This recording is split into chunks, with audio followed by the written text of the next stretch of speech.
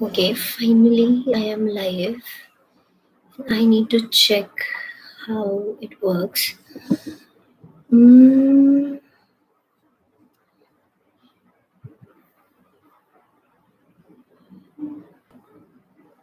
okay, give me a confirmation for whoever is here so that I get to know whether it's working or not because this is my first time here. So,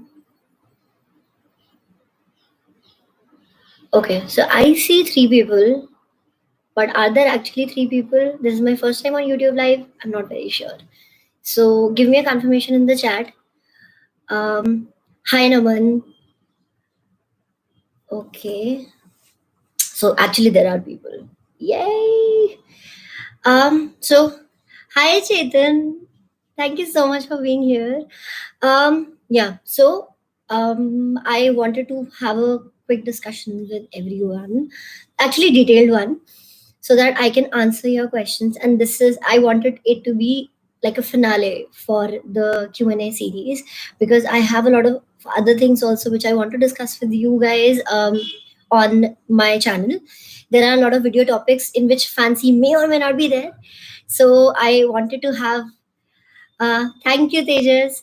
So I wanted to have a session where I could answer questions live so that we could cover a lot of questions so that we could move on to other topics apart from question and answers. So I see 7 people here and I'm kind of glad because I didn't know how YouTube works.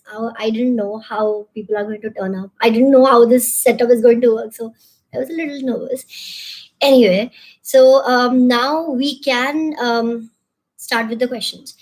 I have a few questions which were asked to me by people, so I can start with answering those, and then we can move on to other questions which people have. I mean, okay. So the first question that I had was 32 times of chewing food really working for lose weight. I heard that recently. Does it work actually? Okay. When we chew more, we actually, in our mouths, there's a lot of digestion already happening before the actual digestion process starts. And when we chew it really well, what we basically do is we make the food easier to digest by our stomach because it is already in the semi liquid form, and that is what the purpose of the chewing is, that the food breaks down into little smaller pieces so that the breakdown, chemically the breakdown which is going to happen in the stomach gets easier. And that is what the process of chewing is about. When we chew it a lot more, we basically make the whole process even more like even easier. So yeah, eating while chewing really well is always a good option. Next is somebody called Asim had asked, is it okay to have banana and milk together? As Ayurveda says that it is incompatible. What is your view about it? So, when in Ayurveda, yes, the fruits and milk products, if taken together, they are called virud ahar, which means that they do not work together because their digestion time is different. So, milk has a digestion time which is little longer. Fruits get digested quite fast, and because of that, the incompatibility in the terms of digestion time is going to be there, and hence the digestive enzymes is also going to be there.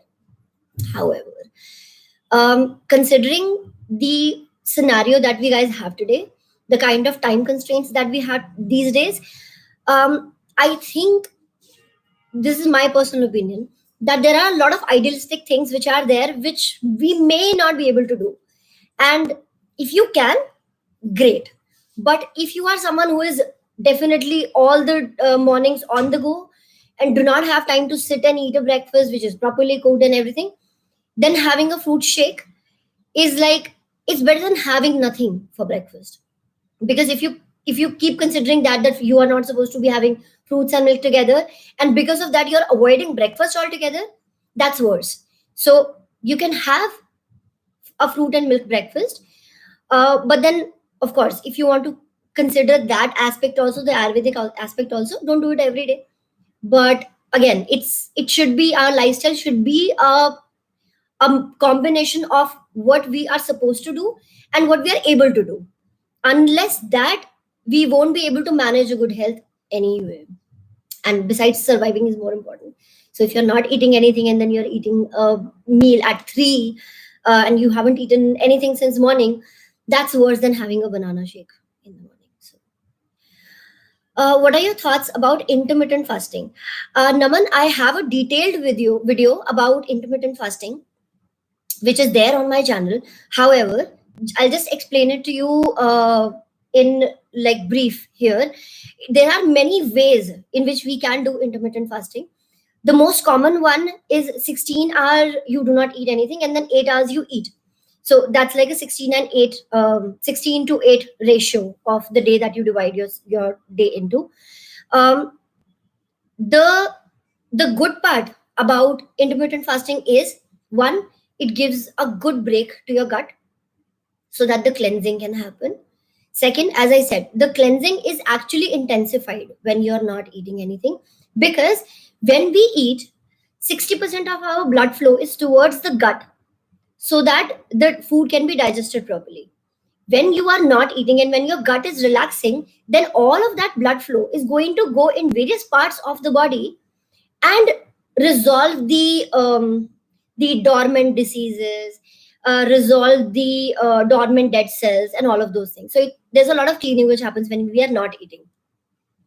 Apart from that, there are researches which say that your growth hormone increases a lot when you are on a long-term intermittent fasting. So that's again a pro. The bad thing about intermittent fasting is that if you are not making the most of your eating window, if you're trying to cut down on your calories in your eating window, if you're not eating healthy foods in the eating window, then all of these benefits are not going to be there. All that will happen is that you lose muscle and you will gain fat. Your metabolism is going to drop down. So it's a technique, very nice to follow, quite healthy to follow, but then you have to take care of your nutrition otherwise, like you will do in any other case also. So Naman, again picking up your question, but in intermittent fasting we miss our breakfast. Is that okay?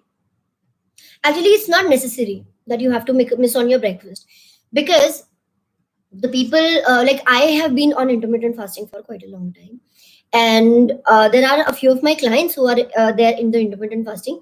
So a better way to do intermittent fasting is that if you understand the science a bit, the benefits of intermittent fast start anywhere above 12 hours of fasting.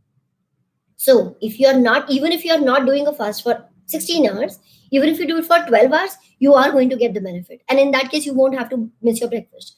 But even if you are doing a 16-hour fast, even then, if you are having a breakfast, let's say at 9, and you want to do a 16-hour fast, let's say you have your dinner by 6. So for a 16-hour fast, your breakfast has to be at 10, which is quite doable. And that will be more in sync with the nature also, because anyway, ideally, your sleep time should be around 10 to 11 p.m. So if you eat at 6, it's very much possible that you sleep at 10 and not feel hungry in that 4 hours. And then in the morning, you wake up, you get ready, you shower, everything. And I think 10 is a very reasonable time to have a breakfast. So you will have a breakfast, yet you will do a 16-hour fast. So it's like the best of both worlds. So you can do that. Asim, we just answered your question that yes. So banana and milk are with ahar, like they are incompatible because of the digestive time. But our nutrition, our lifestyle needs to be a combination of what we are supposed to do and what we can do. So if your choice is between a banana and milk breakfast versus no breakfast, then go for a banana and milk breakfast. Otherwise, have something healthy and not have a banana and milk. So that way we need to do. Why breakfast is the most important meal? Sarita is asking. So why is it so important? Because even if you eat your dinner latest, like if you are a very bad kid and you eat your dinner at 11 p.m., even then, if you're sleeping for 8 hours, your body is not eating anything for that 8 hours. So any which way, आपका 8 घंटे का fast तो हो ही रहा है, right? And then after that, what happens when you are not eating anything for that longer time? Your body is done with the food wala fuel system. So whatever you have eaten, that is digested. Energy of that is extracted. After that, if you do not eat energy from the food, for some time your body will use fat, but then after that it will start breaking down muscle also. So to prevent that muscle loss, we need to eat something. And after that 8 hours, that is why it is called a fast, because you're not eating anything for that time. And fast, technically speaking, is the time window in which your body is done with the food fuel and starts to burn fat. Fat is burned only when you are fasting. So when you have had a gap of 8 hours, that means you're already in the fasting window. And when you break that fast, that is called the breakfast. And that is why it is all the more important, because after that, if you do not eat anything, you may lose muscle. So that's why. Boiled eggs or omelette without vegetables, which one is better? If your omelette is without the vegetables, then you might as well go for boiled eggs, because in omelette you will have to use some oil also. Boiled egg can be done without the oil. However, omelette with vegetables is a great option for any kind of meal accompaniment, or as a snack also, because that is giving you protein. And for the digestion of that protein, you're taking vegetables, that is fiber, and they both are like best friends when they go in our gut. Some of the things which we can take before working out. Okay, depends what is your eating window. If you're having something 15-20 minutes before the workout, then have a fruit. If you're having something, let's say 2 hours, 1 hour before the workout, have a proper meal, have a proper food which has carbohydrates from some grain, protein from either milk product or a dal or chicken if you have, and fiber. So fiber is going to give you the fiber. Vegetable is going to give you the fiber. Apple cider vinegar works or not? Megha, this is actually a coincidence. Today was supposed to be a video on apple cider vinegar, Manisha and Fancy talking about apple cider vinegar, but I couldn't shoot that. So let's just answer that here. Apple cider vinegar works. How? If you have high cholesterol levels, if you have obesity, if you have diabetes, then it works. Plus, having said that, it works when you are having the right diet. So there are researchers which say that apple cider vinegar works, but it only works when it is accompanied with the right kind of diet. Otherwise, it doesn't. So I feel this is just an inner feeling that this research is, I don't know, biased maybe. Because if you are doing the right diet, you anyway are going to get the benefits. So I don't know what apple cider is doing in that. However, there are researchers which support that it works. Having said that, again, there are certain things which we are supposed to do. There are certain things which we like to do. So if you do not like the taste of it, then don't have it. Because any which way, even if the benefit is great, it has to be accompanied with the right diet anyway, right? So when you are doing that hard work anyway, why to, make your taste buds suffer? So, hi Deepak. Okay. Naman, is protein powder considered healthy? If yes, which is the best one? Protein powders are considered healthy, can be considered healthy. Depends on the brand. I would suggest that whatever brand you choose, just make sure that they are a credible source. Because, see, this is something that we need to take care of in our country. Supplements are not very highly regulated like food products. And that is why there's a lot of counterfeiting also. There's a lot of,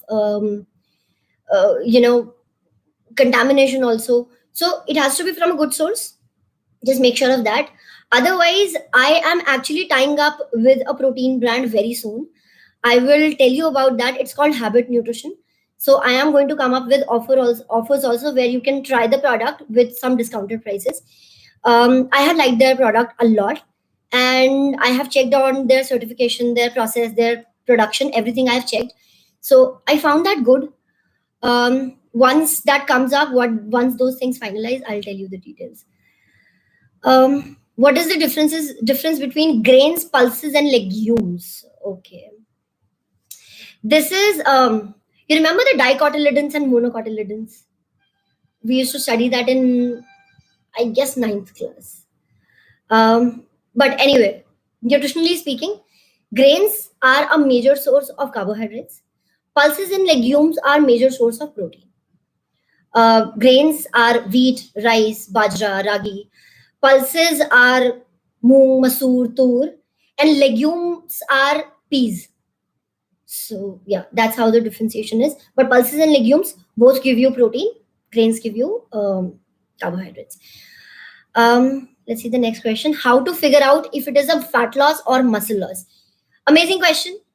I have a detailed video on it, which is called the 3 steps to the ultimate body transformation, in which I talk about the difference between fat loss and muscle loss.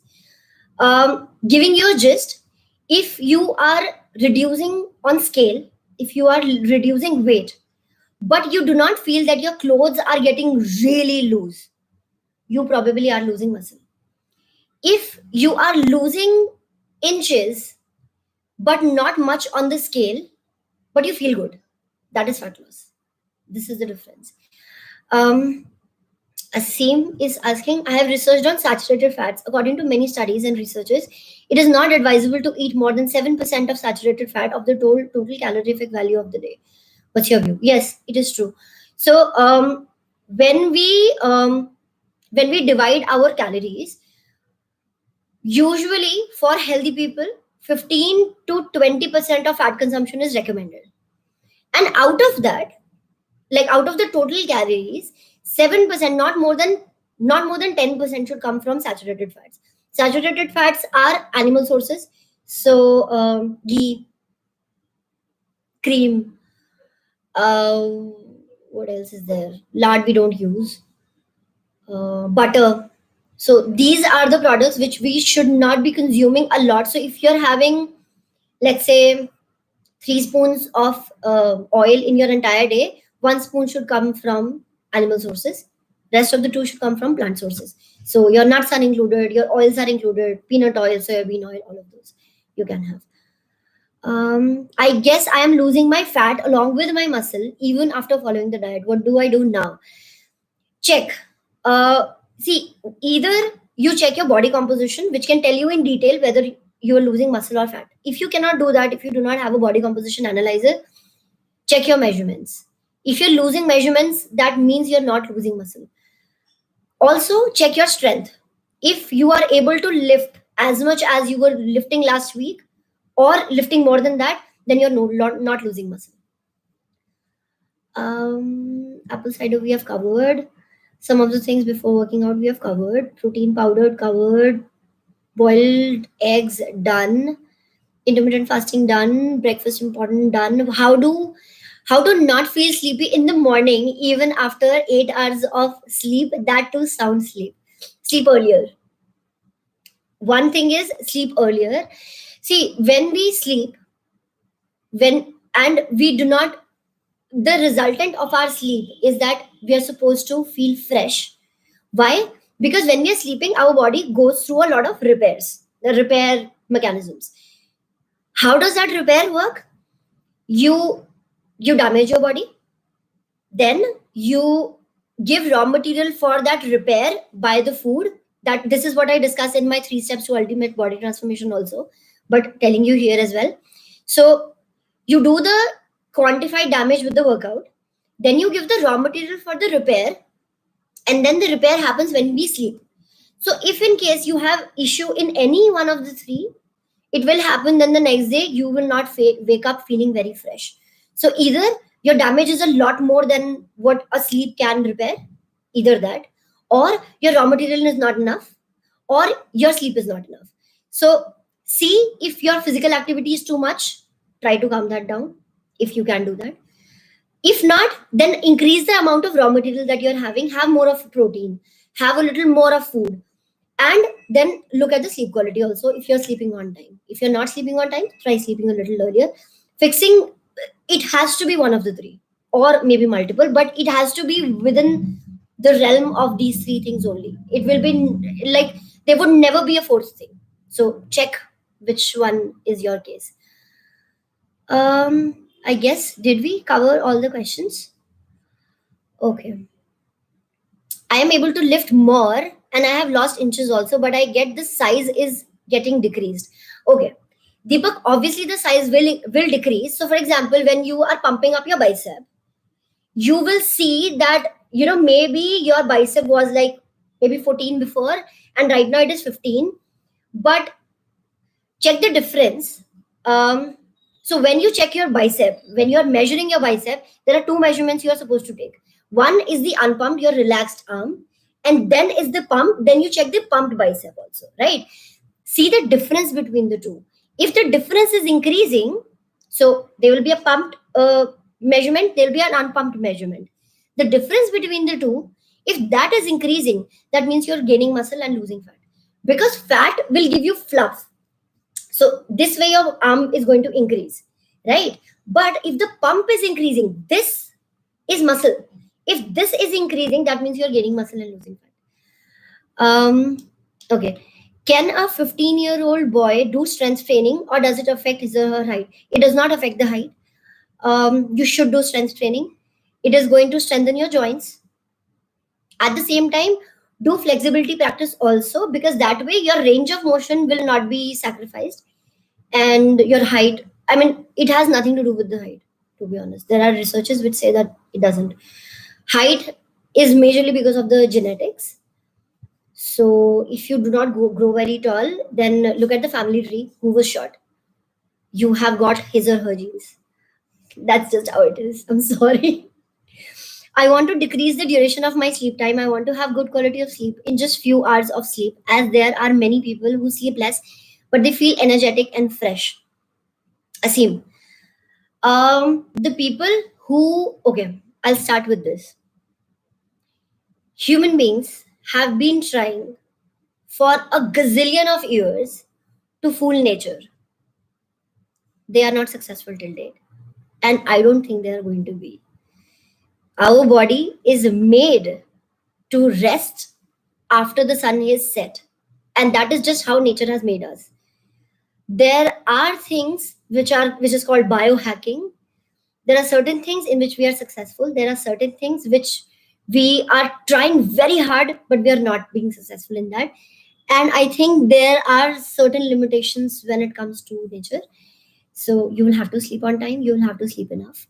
The people, now answering the second part of your question, the people who are sleeping less, but still are feeling energetic, you don't know what their lifestyle looks like.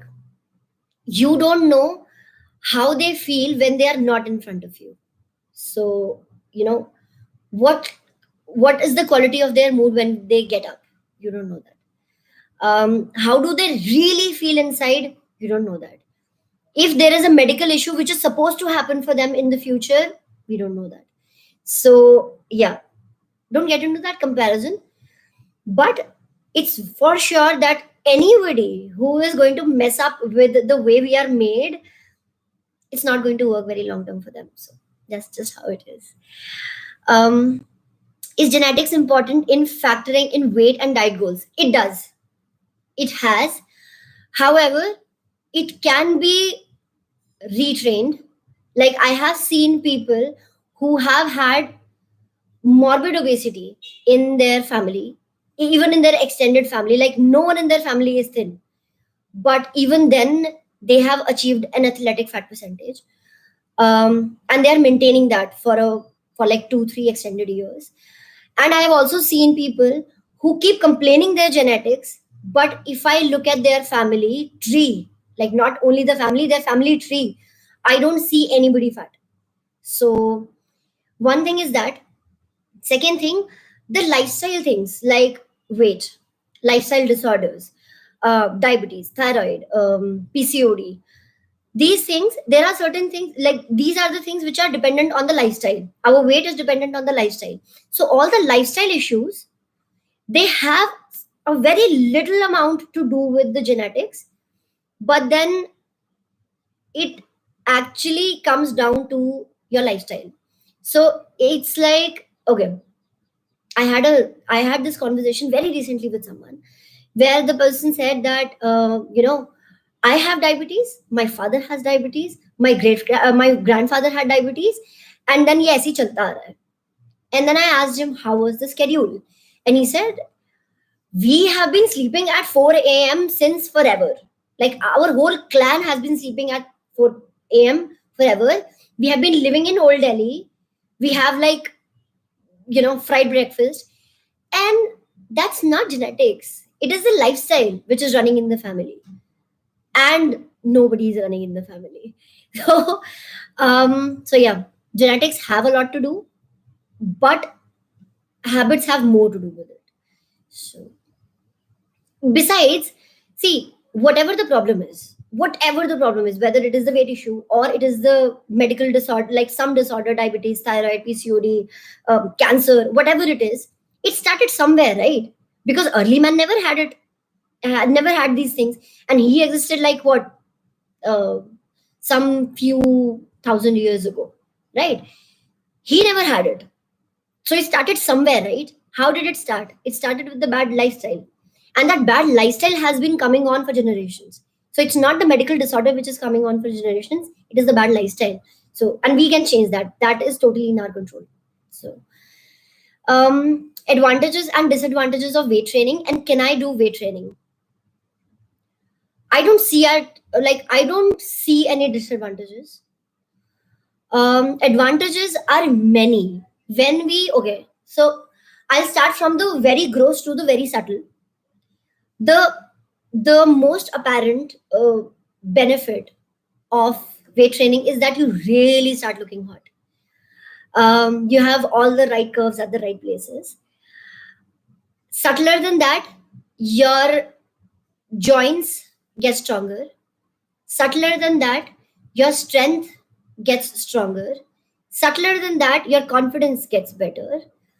And the most subtle, like I'll tell you something which you will never be able to see from outside.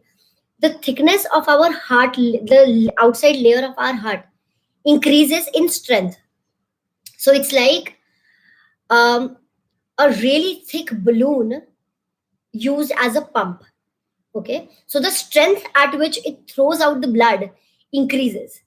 So the blood flow also increases, and that's, I think, the most subtle that I had never heard. Like, I was 30 years old. I was 6 months ago old when I got to know about this. So yeah, strength training is really amazing. We all should do it. Yeah, one thing which strength training will not do is that it will not increase your frequency of heart rate. So your breath function will improve only when we do cardio. But apart from that, everything will improve when we do weight training. So that is the reason why even the trainers, even everybody who is into fitness, they say that you are supposed to do both the things. I know smoking is injurious to health, but still I need to know what should be the ideal gap between smoking and the workout, at least 1 hour. Can cycling help in losing weight? A little.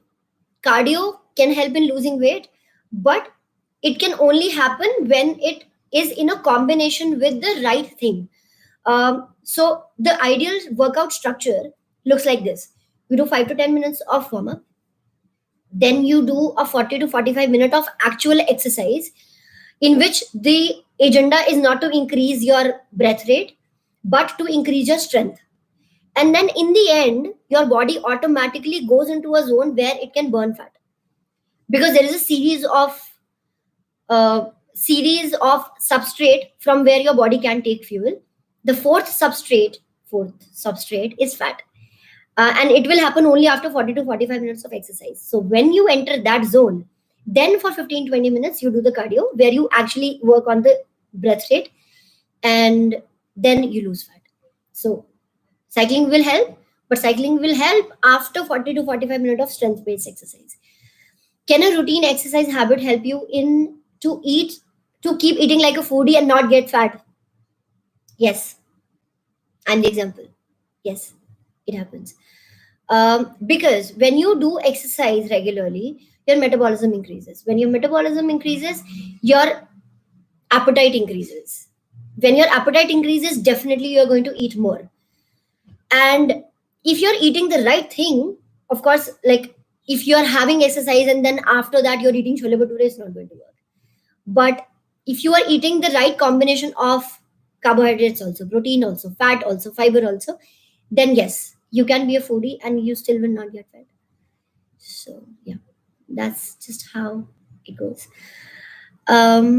So we have just spoken for 30 minutes and I liked it. This is nice. Any other questions or we can just wrap it up? So I will just you know brief it up, sum it up by saying that whatever we have discussed, although most of the things, like there are certain things which we haven't covered, like smoke I haven't covered, apple cider I haven't covered, but about the exercise and about the can you help me find alternatives to junk food? Yes. I am actually going to work on, like I am thinking of having a video next week about the alternates to junk food also. And it's really fun to order your way into health when you are eating out. But I'll give you a few examples.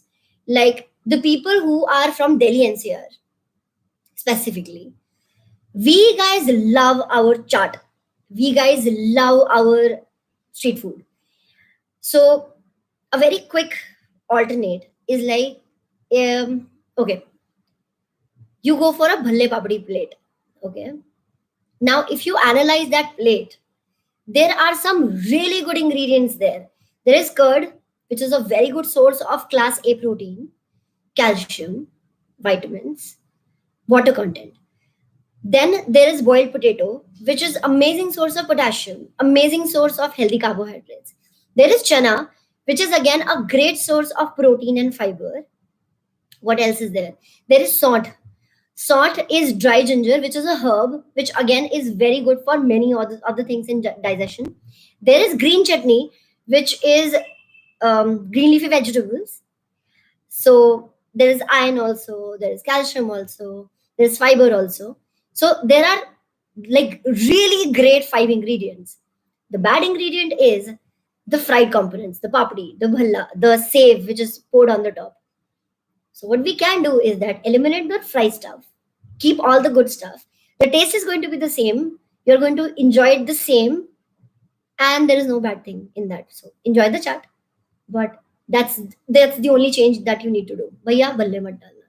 That's all. Another shift which we can do is that when we are eating Indian in a restaurant, rather than having any kind of roti, we always have the option of steamed rice, and that can be accompanied with any kind of dal, which is again a great source of protein.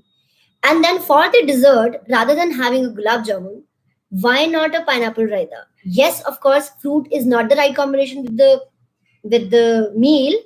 However, it is sweet, but it is not fried. It does not have any sugar syrup, and it has some protein as well. So you just need to be a little mindful. I am going to do a detailed video on it very soon. So I'll also give you more options. And yeah, can cycling help in losing inches or just losing calories? Just losing calories, not the inches. It will not work for the inches because it will not help you increase your metabolism. It will not help you increase your, did I just say metabolism? Yeah, it will not help you in increasing your muscle or metabolism. So it will not help you in losing inches. So yes, should we wrap now? I am glad that we did this, and I think we should do it more. Give me a yes if that works with all of you. Hi, Avni. Every time I do abs exercises, my ab don't hurt. Does that mean I'm not engaging my core, or that I've become stronger? You might not be engaging your core very well. Avni, start doing the routine, the warm up routine I used to do in the yoga class. try that, it'll work. If you've forgotten that, I'll send you the series of warm up that I used to do, and I used to get that thing a lot, that even the warm up makes their ab hurt. So, are there any foods you recommend that I stop completely? No, never. No, there's nothing that you should avoid for life. Okay, then should we wrap? This is fun, right? I liked it. Anyway, so I am going to keep the video saved also, so that you can share it with anybody who would like to see these answers, hear these answers. So yeah, I'm going to keep it saved. And any negatives of having non-veg? I am a converted vegetarian, so now I see a lot of negatives. But then, if you want to keep having, you can.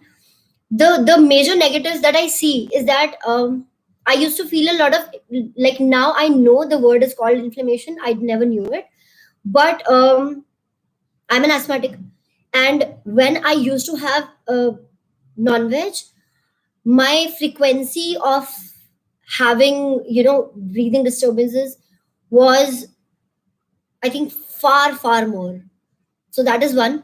And later, when I started studying this, I realized that this is because of the fact that non-veg can cause a lot of inflammation in the body. So your lungs, the micro sieves of the lungs get inflamed. That is there. Arthritis, the joint pain and everything, that can also increase. And apart from that, anything related to inflammation, I have a video on inflammation also, by the way, on my channel. You should definitely go check that out. It is called stress and inflammation, I guess. So you should definitely see that. So yeah, that is a major negative for you. Apart from that, there is someone dying, so the negative for them. And there's a lot of greenhouse emission and a lot of fuel consumption for production of that for that product. So negative for the environment. So these are the 3 level of negatives. Shelly, hi. I'll give you a call tomorrow. Thank you so much for being here. And yeah, I will wrap now. And we are definitely going to do it more often now. And yeah, I like it. Thank you so much for coming, you all. And yeah, thank you. Give me your feedback. If you want, you can take a screenshot of this and then share it on your social media, share it on Instagram and tag me. I'll reshare that also. That way, more people can join us for the next sessions, and more people can join the channel, and we can grow like this. We will be like that support group, which will be like, don't eat non-veg. Don't no, not non-veg. If you want to eat, have. Don't eat junk. Don't eat this. Don't eat that. Oh my God, you can have this. Go have. And let's work out together and all of those things. So we can be a support group for each other. Yes, I'm planning that I will do it once in a month. So yeah, take a screenshot. And yes, you can share it on your social media, wherever. And so that more people join in. And that is going to help the channel. That is going to help me. Thank you so much, Asim. Thank you. Yay! Yes! The Science Squad. Yes. All right. Bye-bye. I will see you next Sunday with a video. And maybe very soon we can come up with a schedule where we can have these sessions regularly, maybe in the end of the month, every month in the end, maybe something like that. So you come up with the ideas, let me know, and then we can find out the common ground. So, okay then. Bye-bye.